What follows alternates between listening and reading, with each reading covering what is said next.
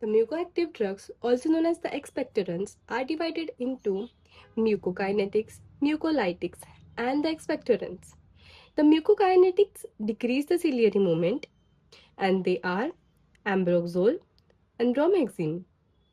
The mucolytics, they break the mucus and decrease its viscosity.